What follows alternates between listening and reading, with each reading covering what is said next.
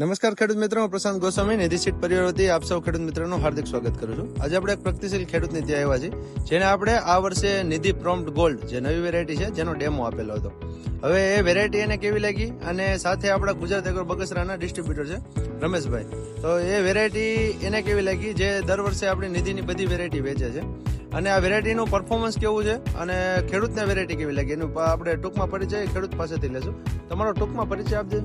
મારું નામ ભવદીપ બુટાણી છે, હું બગસરા રહું છું અને હાલ આ વર્ષે મેં ઓગસ્ટ મહિનામાં નિધિની આ જે નવી વેરાયટી છે, રમેશભાઈ મને કીધું હતું કે નવી વેરાયટી એવી છે તો ટ્રાય કર.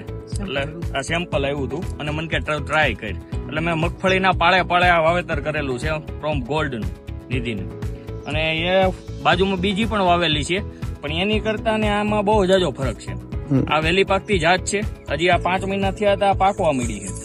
આ તમે વેરાયટી જોવો એટલે 5 મહિના જેવું છે. બાજુમાં બીજી વેરાયટી છે આગળ, એનું ફ્લાવરિંગ આવે છે.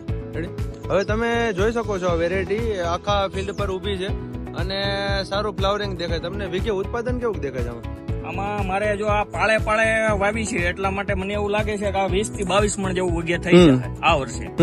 અને જો આને આ થોડીક આની કરતા પણ સાંકડી જાળીયા વાવી હોય તો આ વીઘે 30 મણ જેવું નીકળી જાય આરામથી. 30 મણ મિનિમમ ઉત્પાદન આપે. 30 મણ ઉતરી જાય. અને આ એક બધી સિંગુ છે એ 5 દાણાની 4 દાણાની એ રીતની સિંગુ છે. ખેડૂત મિત્રો જોઈ શકો છો, આ એનું ફ્લાવરિંગ છે, આ પાકવાનો સ્ટેજ છે અને સાથે જોઈ શકો છો કે આમાં 4 થી 5 દાણાની સિંગ છે. અને બીજું એક આમાં એક મોટો એડવાન્ટેજ ફાયદો એ છે કે આમાં જે સ્પ્રે કરીએ દવાનો, એ દવાનો સ્પ્રે કરવામાં બહુ સારું રહે છે. ઓલી જે વેરાયટી છે એ બહુ ઊંચી છે અને એમાં દવાનો સ્પ્રે નથી લાગતો.